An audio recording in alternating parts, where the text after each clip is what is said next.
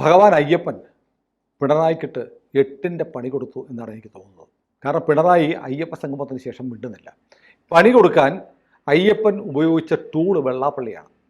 കാരണം വെള്ളാപ്പള്ളി പറഞ്ഞു, പിണറായി പണ്ട് മലയ്ക്കൊക്കെ പോയിട്ടുണ്ട്, ഉള്ളിൻ്റെ ഉള്ളിലൊരു ഭക്തനുണ്ട്, ഈ യുക്തിവാദവും ഭൗതികവാദവും ഒക്കെ കൊണ്ട് നടക്കുന്നത് കൊണ്ട് അത് പുറത്ത് കാണിക്കുന്നില്ല എന്നേ ഉള്ളൂ.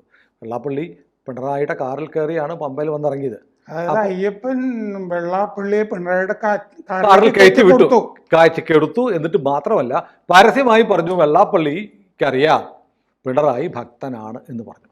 അപ്പോൾ ഇത് ഈ ഒന്നാം തരം മാപ്പിളയായ നമ്മുടെ കരീം സഖാവ് ഉണ്ടല്ലോ, കരീം സഖാവ് പറഞ്ഞു, പുള്ളി വൈരുദ്ധാത്മിക ഭൗതികവാദം പിന്തുടരുന്ന ആളാണ് എന്ന് പറഞ്ഞു. നസ്രാണിയായ ബേബി സഖാവ് പറയുന്നു വെള്ളാപ്പള്ളി പറഞ്ഞത് വെള്ളാപ്പള്ളിയുടെ അഭിപ്രായമാണെന്ന്. പക്ഷെ മറുപടി പറയേണ്ടത് ആരാണ്? പിണറായിയാണ്. പിണറായിക്ക് ഇത് കഴിച്ചിട്ട് ഇറക്കാനും വയ്യ, മധുരിച്ചിട്ട് തുപ്പാനും വയ്യ. ഇനി വെള്ളാപ്പള്ളി പറഞ്ഞത് തെറ്റാണ്, ഞാൻ ഭക്തനല്ല എന്ന് പറഞ്ഞാൽ അയ്യപ്പ സംഗമത്തിന് പോയത് വെറുതെയാവും. ഇനി ഞാൻ ഭക്തനാണെന്ന് പറഞ്ഞാൽ ഇക്കാലം അത്രയും പാർട്ടിക്കാരെ പറ്റിച്ചു എന്നും വരും. സത്യത്തിൽ പണിതാണോ വെള്ളാപ്പള്ളി പിണറായിക്കിട്ട്? എനിക്ക് തോന്നുന്നത് പിണറായി അറിഞ്ഞിടത്തോളം പിണറായി ഭക്തി മാർഗത്തിലേക്ക് തിരിഞ്ഞിട്ടുണ്ട് എന്ന് തന്നെയാണ്. കാരണം അദ്ദേഹത്തിൻ്റെ ഒരു ബസ് യാത്ര ഉണ്ടായിരുന്നില്ലേ, നവകേരള രക്ഷാപ്രവർത്തനം നടത്തിയ. അതെ, അന്ന് ആ യാത്ര നടത്തുമ്പോഴും ഇതുപോലെ മന്ത്രിമണ്ഡലം, അതായത് മന്ത്രിസഭാ യോഗമൊക്കെ ഈ ബസ്സിന്റെ അകത്ത് നടക്കുന്നുണ്ട്. അതെ അതെ, മന്ത്രിമണ്ഡലവുമായിട്ട് വേണം ഇങ്ങനൊരു യാത്ര നടത്താൻ, വിജയ യാത്ര നടത്താൻ എന്നൊരു ഉപദേശം. ബസ്സിന്റെ കളർ ഓർക്കുന്നുണ്ടല്ലോ, കറുപ്പായിരുന്നു അല്ലേ? അതെ, പക്ഷെ കറുപ്പുമായിട്ട് മറ്റേ വഴിയിലിറങ്ങാൻ പാടില്ല, കറുപ്പിന്റെ സംരക്ഷണത്തിലാവാം. ഇപ്പൊ അങ്ങനെയാണല്ലോ, സ്വാമിമാരെ സംരക്ഷിക്കുന്ന പരിപാടിയാണ്. അപ്പൊ അന്ന് മന്ത്രിമണ്ഡലവുമായിട്ട് അന്ന് ആ പ്രജകളെ സന്ദർശിക്കണം എന്നൊരു ഉപദേശം അദ്ദേഹത്തിന് കിട്ടിയതായിട്ട് അദ്ദേഹത്തിന് അറിയാവുന്ന സഖാക്കൾ പറഞ്ഞിരുന്നു. പക്ഷെ പിണറായിയുടെ ഇപ്പോഴുള്ള എല്ലാ കാര്യങ്ങളും ജ്യോതിഷിമാർ പറയുന്നത് നമ്മുടെ പൊതുവാളടക്കമാണോ എന്ന് എനിക്കറിയില്ല, ആണെന്ന് ഒരു കരക്കമ്പിയുണ്ട്. അത് വല്ല കാര്യമുണ്ട്, അതിൽ കാര്യമുണ്ടെന്ന് തന്നെയാണ് ഞാൻ മനസ്സിലാക്കുന്നത്. കാരണം ഞാൻ ചോദിക്കുന്നത് വെറുതെ ചോദിക്കുകയല്ല, നമ്മുടെ ഈ കൊച്ചു വർത്തമാനത്തിനിടയ്ക്ക് ചോദിക്കത്തില്ല. രാമേന്ദ്രൻ സാറ് ദീർഘകാലം CPM-ന്റെ കാര്യങ്ങൾ മനോരമയ്ക്ക് വേണ്ടി എക്സ്ക്ലൂസീവായിട്ട് നോക്കിയിട്ടുള്ള ആളാണ്. കേരളത്തിലെ മുഖ്യമന്ത്രിയായിരുന്ന നായനാർ ഉൾപ്പെടെയുള്ള ആളുകളുമായിട്ട് വലിയ ആത്മബന്ധവും അടുപ്പവും സൗഹൃദവും ഒക്കെ ഉണ്ടായിരുന്ന ആൾ. പിണറായിയുമായിട്ട് പോലും ഫോണിൽ വിളിച്ചാൽ കിട്ടുന്ന ബന്ധം ഉണ്ടായിരുന്നു. അതിന് ഈ നായനാർ എന്ന് പറയുന്നത് വരെ അത് വേറെ തലമുറയാണ്. ഇപ്പോൾ ഉദാഹരണത്തിന് ഈ മൊട്ടയപ്പോലുള്ള ആളുകളൊക്കെ പറയുന്നുണ്ട്, ഒരു ബുദ്ധിയില്ലല്ലോ.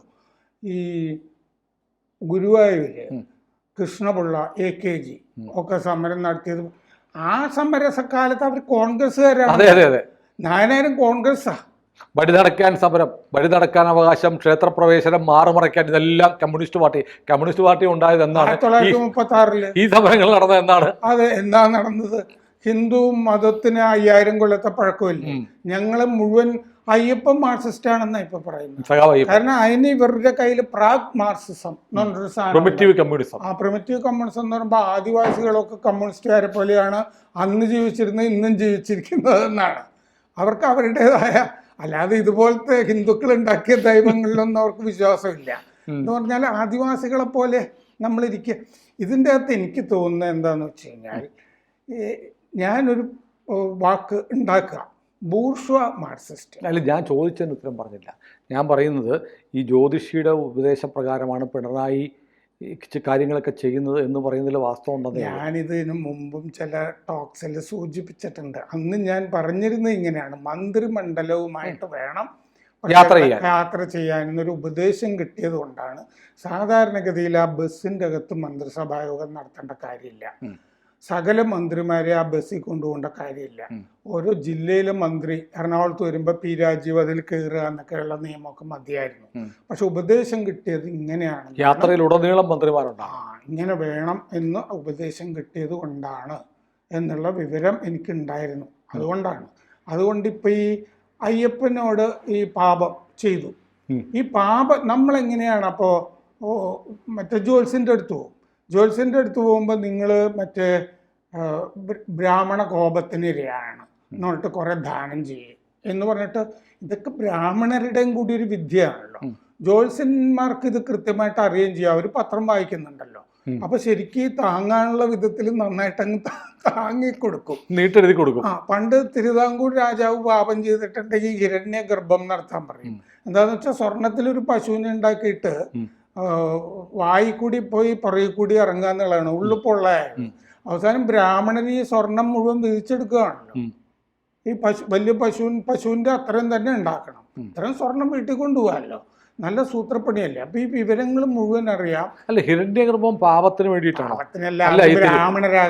ക്ഷത്രിയരല്ല. അതെ, ബ്രാഹ്മണ പൂണൂലിടാനുള്ള അതായത് തിരുവിതാംകൂർ രാജവംശം ക്ഷത്രിയരല്ല, അവരെ ക്ഷത്രിയരാക്കി എടുക്കുന്ന ചടങ്ങാണ് ഹിരണ്യഗർഭം ഓരോരുത്തരും വരുമ്പോ. അപ്പൊ ഈ പശു, ഈ ആചാരങ്ങൾ മുഴുവൻ ബ്രാഹ്മണർക്ക് വേറെ പണിയില്ലാത്തതുകൊണ്ട് സ്വർണവും ഒക്കെ പിടുങ്ങാനുള്ള ആചാരങ്ങളായിട്ടാണ് വരുന്നത്.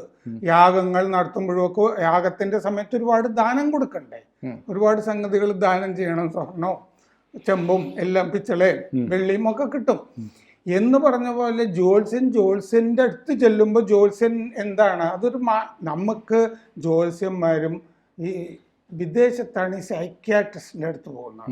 നമ്മൾ ഹിന്ദുക്കൾ കൂടുതൽ ഒരു പ്രശ്നം വരുമ്പോൾ ജ്യോതിഷിയുടെ അടുത്ത് തന്ത്രിയുടെ അടുത്തൊക്കെയാണ് പോയി നമ്മളുടെ പ്രശ്നങ്ങൾ. അപ്പോൾ അയാൾ പറയും, ആ നരസിംഹ ക്ഷേത്രത്തിൽ ഇന്ന വഴിപാട് ചെയ്യേ, നിങ്ങളുടെ കുലക്ഷേത്രം പാലക്കാടാണ്. അപ്പോഴാണ് അറിയുന്നത് നമ്മുടെ കുലക്ഷേത്രം പാലക്കാട് ആണെന്നൊക്കെ. അപ്പം നമ്മൾ വലിയ പുരോഗമനവാദിയാണെങ്കിൽ വിശ്വസിക്കില്ല, പക്ഷെ നമ്മുടെ ഭാര്യയൊക്കെ ആണെങ്കിൽ ഭയങ്കര വിശ്വാസിയായിരിക്കും. പിന്നെ നമുക്ക് വലിയ ശല്യമായിരിക്കും. കുലക്ഷേത്രം നിങ്ങൾ ഇതുവരെ പറഞ്ഞില്ലല്ലോ, ഇന്നടത്താണ്. ജോത്സ്യൻ ഇങ്ങനെ കണ്ടുപിടിക്കുകയെ ഇത് ഇന്നടത്താണ്. അത് അവരുടെ സൂത്രപ്പണി കൂടി അല്ല, അത് സൂത്രപ്പണി മാത്രമല്ല, കൃത്യമായി ഗണിച്ച് പറയുന്ന ആളുകളുണ്ട്. അതൊക്കെ ഉണ്ട്. നമ്മൾ അങ്ങനത്തെ ആളുകളെയാണല്ലോ കാണുന്നത്, അബദ്ധം പറ്റണ്ട എന്ന് വിചാരിച്ചിട്ട്. അപ്പൊ അങ്ങനെ ഇതിന്റെ പിന്നിലും അങ്ങനെ ഉണ്ട് എന്നുള്ള കഥകൾ സഖാക്കൾ പറയുന്നുണ്ട്. ഒരു പാപം ചെയ്തു, ഇതിനൊരു പരിഹാരം എന്താന്ന് വെച്ച് കഴിഞ്ഞാൽ അയ്യപ്പന് സമർപ്പിക്കുക, ആത്മസമർപ്പണമാണ്. ഇപ്പോൾ അദ്ദേഹം എന്തായാലും ഭക്തിയോഗത്തിനെ പറ്റി 12ാമത്തെ അധ്യായത്തിനെ പറ്റി അവിടെ പറയണമെന്നുണ്ടെങ്കിൽ ചെറിയ അധ്യായമാണ് ഈ ഭക്തിയോഗം. അത് ഇങ്ങനെയാണെന്നുള്ളൊരു ഫിലോസഫിയുടെ ഭാഗമാണ് അതിൻ്റെ അകത്ത് ഇരിക്കുന്നത്. പക്ഷെ 3ാമത്തെ അധ്യായത്തിൽ ഭഗവത്ഗീതയിൽ ആരാണ് മാർക്സിസ്റ്റുകൾ എന്ന് പറഞ്ഞിട്ടുണ്ട്. കാരണം പുറത്ത് ഭക്തി കാണിക്കുകയും പക്ഷെ ഉള്ളിൽ മുഴുവൻ ഭൗതികതയുമായി നടക്കുന്ന കാവ്യ വസ്ത്രം അണിഞ്ഞ് നടക്കുന്ന കപടന്മാരെ പറ്റിയാണ് അതിൻ്റെ അകത്ത് 3ാമത്തെ ശ്ലോകം. അത് മനസ്സിലായി. പക്ഷെ ഈ വെള്ളാപ്പള്ളി എന്തുദ്ദേശിച്ചായിരിക്കും? വെള്ളാപ്പള്ളിയോട് ഇപ്പൊ കാറിൽ കയറുമ്പോൾ തന്നെ വെള്ളാപ്പള്ളി ഈ സംഗതി പിടിച്ചിട്ടുണ്ടാവില്ലേ, എന്താണ് എങ്ങനെ, ഇതിനു മുമ്പും സംസാരിച്ചിട്ടുണ്ടാവില്ലേ. നമ്മൾ തന്നെ പല കാര്യങ്ങളും നമ്മൾ പറയില്ല, കാരണം ഓഫ് ദി റെക്കോർഡ് പലരും നമ്മളോട് പറഞ്ഞിട്ടുള്ളതാണ്. അപ്പൊ നമ്മൾ ചോദിക്കുമ്പോൾ ശരിയാണ്, അടുത്ത കാലത്തായിട്ട് എനിക്ക് ഇങ്ങനെ വിശ്വാസം വരുന്നുണ്ട്, അസുഖമൊക്കെ വരുമ്പോൾ ഞാൻ കൺസൾട്ട് ചെയ്യുന്നു. അങ്ങനെ വെള്ളാപ്പള്ളി ഇത് പറയാൻ പാടില്ലായിരുന്നു. അതെ, പുള്ളി പക്ഷെ എന്നോട് ഇങ്ങനെ കാറിൽ വെച്ച് സംസാരിച്ചു എന്നൊന്നും അദ്ദേഹം പറഞ്ഞിട്ടില്ല. പക്ഷെ ഞാൻ പറയുന്നത് വെള്ളാപ്പള്ളിക്ക് പിണറായി വിജയന്റെ മനസ്സറിയാൻ അവസരം കിട്ടി. അതെ, എന്നാൽ പോലും പരസ്യമായി അത് പറയുക വഴി പിണറായി ഒരു പ്രതിസന്ധിയിലായി. എന്നും പറയാൻ പറ്റില്ല, കരിമിക്കായി ബേബിച്ചായനും പറയുന്നത് പോലെ നിഷേധിക്കാനും പറ്റില്ല, ശരിയാണെന്നും പറയാൻ പറ്റില്ല. അതെ, പക്ഷെ വെള്ളാപ്പള്ളി ഉദ്ദേശിക്കുന്നത് എന്താണെന്ന് വെച്ചാൽ വെള്ളാപ്പള്ളി ഭയങ്കര വിശ്വാസിയാണ്. വെള്ളാപ്പള്ളിയേക്കാൾ കടുത്ത വിശ്വാസിയാണ് അദ്ദേഹത്തിൻ്റെ ഭാര്യ. അപ്പോൾ അതുകൊണ്ട് അവരങ്ങനത്തെ പശ്ചാത്തലമൊക്കെ ഉള്ള ആൾ തന്നെയാണ്. അപ്പോൾ വെള്ളാപ്പള്ളിക്ക് ഇതേപ്പറ്റിയൊക്കെ അറിയാം. നമ്മളൊരു വിശ്വാസത്തിൻ്റെ അടിസ്ഥാനത്തിൽ മാത്രമേ ഇത്തരം ചടങ്ങുകൾ നടത്താറുള്ളൂ. ആ ചടങ്ങ് നടത്തുമ്പോൾ അദ്ദേഹം അയ്യപ്പൻ്റെ അല്ലേ ചിത്രമോ വിഗ്രഹമോ ഒക്കെ വാങ്ങിക്കും. വിഗ്രഹം അല്ല, ആ കിട്ടിയ വിഗ്രഹം പിണറായി കൊണ്ടുപോയി കാണുമോ? അത് കൊണ്ടുപോയിട്ടുണ്ടാവും പൂജാമുറിയിലും. പൂജാമുറി ഇല്ലാന്ന് നിങ്ങൾക്ക് എങ്ങനെ അറിയാൻ പറ്റും? എങ്ങനെ അറിയാൻ പറ്റും? വിശ്വാസികളാണല്ലോ അദ്ദേഹത്തിന്റെ ഭാര്യയും മകളും. അവരിപ്പോ മധുരയിൽ പാർട്ടി കോൺഗ്രസ് എന്ന വ്യാജേന പോയത് എന്തിനാണ്? അവിടെ പോയി തൊഴാൻ. അല്ലാതെ കേരളത്തിൽ വലിയ ക്ഷേത്രം എന്ന് പറയുന്നൊന്നും ഇല്ല. ആകെ പത്മനാഭസ്വാമി ക്ഷേത്രം തന്നെ നമ്മൾ തമിഴ്നാട്ടില് ക്ഷേത്രങ്ങൾ കാണുമ്പോൾ അതിൻ്റെയൊക്കെ 4-1 5-1 ഒക്കെ അല്ലേ ഉള്ളൂ. കാരണം കാശുണ്ടായിരുന്നു. ഈ തമിഴ്നാട്ടിലെ വീണയും കൂടെ ഇറങ്ങി വരുന്ന വീഡിയോ പുറത്തു വന്നതാണ്. അവർ കാഞ്ചീപുരം മറ്റേ ബൃഹദീശ്വര ക്ഷേത്രത്തിൽ പോയതിൻ്റെ. അപ്പോൾ അവരൊക്കെ വിശ്വാസികളാണ്. ഈ വിശ്വാസികൾ വീട്ടിലുള്ളപ്പോൾ നമുക്ക് എന്താണ് കിട്ടുക? വീട്ടിൽ നിന്ന് തന്നെ എങ്ങനെയാണ് ഇനി ജീവിതം നയിക്കുക? അയ്യപ്പ വിഗ്രഹം അവിടെ വെച്ച് പമ്പയിൽ വെച്ച് കെട്ടിയ അയ്യപ്പ വിഗ്രഹം പിണറായി കൊണ്ടുപോയി കമലയിടത്തേക്ക് കൊടുത്തിട്ടുണ്ടാവും. അതെ, നമ്മളിപ്പോൾ സപ്താഹം ഇങ്ങനത്തെ സംഗതികൾക്കൊക്കെ പോകുമ്പോൾ അവസാനം ഒരു കൃഷ്ണ വിഗ്രഹം എനിക്കും പല സ്ഥലത്തു നിന്നും കിട്ടിയിട്ടുണ്ട്. ആ പൂജാമുറി കൊണ്ടുപോയി നമ്മൾ വെക്കും. കാരണം അതിൻ്റെ കുറേ വിശ്വാസം അർപ്പിച്ചിട്ടാണല്ലോ വിഗ്രഹം ഉണ്ടാകുന്നത്. ഇപ്പോൾ ഗുരുവായൂർ നമ്മൾ പോകുമ്പോൾ അറിയാം, മറ്റ് ക്ഷേത്രങ്ങൾ പോലെ അല്ല.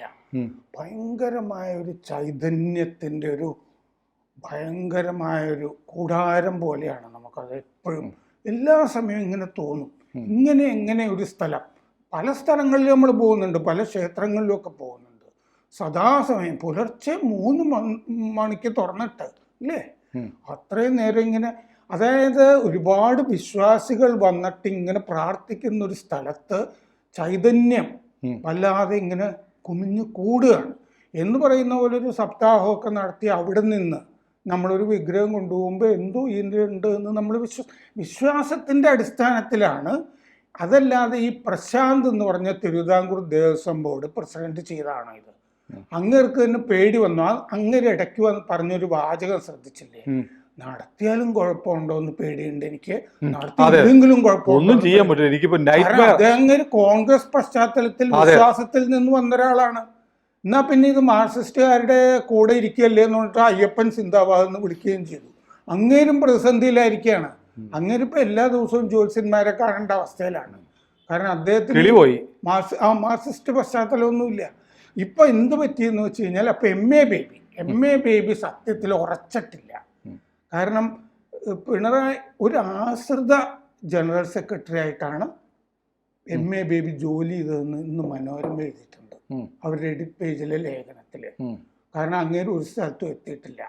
യെച്ചൂരിയുടെ ഓർമ്മ മര്യാദയ്ക്ക് അവർ മരിച്ചതിൻ്റെ വാർഷികം മര്യാദയ്ക്ക് അവർ ആചരിച്ചിട്ടില്ല. പാർട്ടി ആചരിച്ചു കഴിഞ്ഞാൽ ഇത് പിണറായിക്ക് വിഷമം ഉണ്ടാകുമെന്ന് എം എ ബേബിക്ക് പേടി. എന്നിട്ട് കഴിഞ്ഞ ദിവസം ഇർഫാൻ ഹബീബിനെ വിളിച്ചിട്ട് ഒരു ചേരി മട്ടിലാണ് നടത്തുന്നത്. ഇർഫാൻ ഹബീബിൻ്റെ അപ്പുറത്ത് പ്രകാശ് കാരാട്ടും ഇരിക്കുന്നു.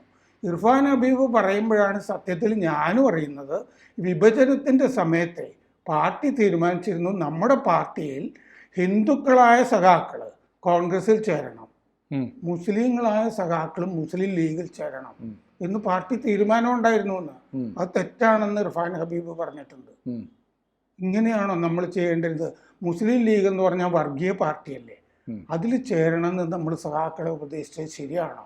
നമ്മളിത് ആലോചിക്കണം എന്ന് അങ്ങേര് പറഞ്ഞിട്ടുണ്ട്. അപ്പം അങ്ങേരൊരു മുസ്ലിമും മാർക്സിസ്റ്റ് ചരിത്രകാരൻ എന്നുള്ള നിലയ്ക്ക് അദ്ദേഹത്തിന് നല്ല ഓർമ്മയുള്ള കാര്യം ഈ പറയുന്നത്. മഹാനായ ചരിത്രകാരനാണ്. കേരളത്തില് പാർട്ടി പിരിച്ചുവിടണമെന്ന് ഒരു കാലത്ത് പറഞ്ഞാണ്. നമ്മുടെ ഗവർണറുമായിട്ട് അടിയുണ്ടാക്കി കണ്ണൂര്. അതെ, മറ്റേ നമ്മുടെ അടി ഉണ്ടാക്കിയ എന്താന്ന് വെച്ചാൽ ഇവര് അലിഗഡ് മുസ്ലിം യൂണിവേഴ്സിറ്റിയിൽ ഒരേ കാലത്ത് പഠിക്കുന്നതാണ്. അത് മാത്രമല്ല, കെ മുഹമ്മദ് എഴുതിയ പുസ്തകത്തിലുണ്ട് ഞാനെന്ന ഭാരതീയനിൽ, ഇയാളാണ് എല്ലാ കുത്തിത്തിരിപ്പും ഉണ്ടാക്കി ഈ അയോധ്യ പ്രശ്നം വഷളാക്കിയത്. മാത്രമല്ല മുഹമ്മദിന് അഡ്മിഷൻ കൊടുത്തില്ല. മുഹമ്മദിന് 2ാം റാങ്കോ മറ്റോ ഉണ്ട് MA-ക്ക്. MPhilന് അഡ്മിഷൻ കൊടുത്തില്ല അങ്ങേര്. മുഹമ്മദ് മാർക്സിസ്റ്റ് അല്ല എന്ന് പറഞ്ഞു. അതെ അതെ, ഇതൊക്കെ മുഹമ്മദ് എഴുതിയിട്ടുണ്ട്. അതുകൊണ്ടാണ് ഞാൻ മഹാനായ എന്ന് ഞാൻ പറഞ്ഞത്. അതെ, ഒരുപാട് പറഞ്ഞത് കഥകൾ പറയുകയാണെങ്കിൽ അങ്ങേരെ പറ്റി തന്നെ പറഞ്ഞുകൊണ്ടിരിക്കേണ്ടി വരുമല്ലോ. നമ്മുടെ വിഷയം അതല്ല. അപ്പൊ ഏതായാലും ഈ നമുക്ക് വിവരാവകാശം കൊടുത്താൽ, സഖാവ് പിണറായി വിജയന് ഒരു പൊതു സദസ്സിൽ വെച്ച് കൊടുത്ത വിഗ്രഹമാണ്. ആ വിഗ്രഹം എന്ത് ചെയ്തു എന്നറിയാൻ അവകാശമുണ്ടോ? അതെ, അപ്പോൾ അത് അവകാശമുണ്ട്. അത് എവിടെയാണെന്ന് അദ്ദേഹത്തിന് പറയാമല്ലോ. കാരണം മുഖ്യമന്ത്രിക്ക് കിട്ടുന്ന സമ്മാനങ്ങൾ സ്റ്റേറ്റിന്റെ ആണോ? പ്രധാനമന്ത്രിയുടെ ഒക്കെ സ്റ്റേറ്റിന് വെക്കും. പ്രധാനമന്ത്രി കിട്ടുന്ന മ്യൂസിയത്തിലാണ് വെക്കുന്നത്. ഇവിടെ അങ്ങനെ ഒരു മ്യൂസിയം പരിപാടിയൊന്നുമില്ല. കിട്ടുന്ന വീട്ടിൽ കൊണ്ടുപോകാം. പക്ഷെ ഞാൻ നേരത്തെ പൊതുവാളിനെ MP ഗോവിന്ദൻ കണ്ടപ്പോഴും ഞാൻ പറഞ്ഞില്ലേ, നമുക്കിതിൽ വിരോധമില്ല. ഇവര് സനാതന ധർമ്മികളാകുന്നതിലും വിരോധമില്ല. നമ്മുടെ രീതി അതാണ്. കാരണം ഇന്ത്യൻ സാഹചര്യങ്ങൾക്ക് അത് അനുസരണമായിട്ടും മാർക്സിസം ഉപയോഗിക്കാമല്ലോ. പണ്ട് ഇവിടെ പാറേക്കാട്ടിൽ രുദ്രാക്ഷം ഇട്ട് നടന്നിരുന്നില്ലേ കർദിനാള്, ഭാരതവൽക്കരണ സഭയിൽ എന്നൊക്കെ പറഞ്ഞില്ലേ. പക്ഷെ അത് പറഞ്ഞാൽ മതി, തുറന്ന് പറഞ്ഞാൽ മതി. ശരിയാണ്, വിശ്വാസത്തിൽ കാര്യമുണ്ട്, ഞാൻ വിശ്വാസിയാണ്, വിശ്വാസത്തിൻ്റെ പാതയിൽ സഖാക്കളും മുന്നേറണം, ഞങ്ങൾ പല ദേവസ്വങ്ങളും സഖാക്കളെ ഏൽപ്പിച്ചിട്ടുണ്ട്, ഇതൊക്കെ അവർക്ക് പറയാമല്ലോ. ഏതായാലും സംശയ ദൂരീകരണത്തിന് വേണ്ടി വെള്ളാപ്പള്ളിയോട് ചോദിക്കാം, അങ്ങ് പിണറായി ഭക്തനാണെന്ന് പറഞ്ഞത് ഉള്ളതാണോ അതോ ഒരു പണി കൊടുത്തതാണോ എന്ന്? പിണറായി വിജയൻ ഇത് തുറന്നു പറയണം എന്നുള്ളതാണ് MA ബേബിയുടെയും എളമരം കരീമിന്റെയും താല്പര്യം. വെള്ളാപ്പള്ളിയുടെയും എനിക്ക് വ്യക്തിപരമായിട്ട് അറിയാം പിണറായി വിജയൻ ഭൗതികവാദിയാണെന്നാണല്ലോ ബേബി പറയുന്നത്. ബേബിക്ക് ശരിക്കും വ്യക്തിപരമായിട്ട് അറിയുന്നത് ഇപ്പോൾ അദ്ദേഹം ഭക്തിപാതയിൽ എത്തിയിട്ടുണ്ടോ ഇല്ലയോ എന്നുള്ളതാണ്. കാരണം സഖാക്കൾ പരസ്പരം നിരീക്ഷിക്കുന്ന ആളുകളാണ് ആര് വഴിതെറ്റിയിരിക്കുന്നു എന്നുള്ളത്. അപ്പോൾ മാത്രമല്ല, എനിക്കൊരു സംശയമുണ്ട്. ജോൾസൻ ഈ പ്രശ്നമൊക്കെ വെച്ചപ്പോൾ നിങ്ങൾ ഈ യോഗി ആദിത്യനാഥിനെ പ്രത്യേകം ക്ഷണിക്കണം എന്നും കൂടി പറഞ്ഞിട്ടുണ്ടാകാനുള്ള സാധ്യതയുണ്ട്. കാരണം അദ്ദേഹം മുഖ്യമന്ത്രി എന്നൊക്കെ ഇവർ ന്യായം പറയുന്ന അങ്ങേര് ഗോരഖ്നാഥ് പീഠത്തിന്റെ അധിപതി കൂടിയാണ്. അങ്ങനെ ഒരാൾ ഇന്ത്യയിൽ അദ്ദേഹം മാത്രമേ ഉള്ളൂ. ദിവ്യ സാന്നിധ്യമായിരിക്കും എന്ന് പറഞ്ഞിട്ടുണ്ടാവും. കൂടുതൽ വാർത്തകളും വിശേഷങ്ങളും നിങ്ങളിലേക്ക് എത്താൻ ABC മലയാളം സബ്സ്ക്രൈബ് ചെയ്യുക, ബെൽബട്ടനും അമർത്തുക.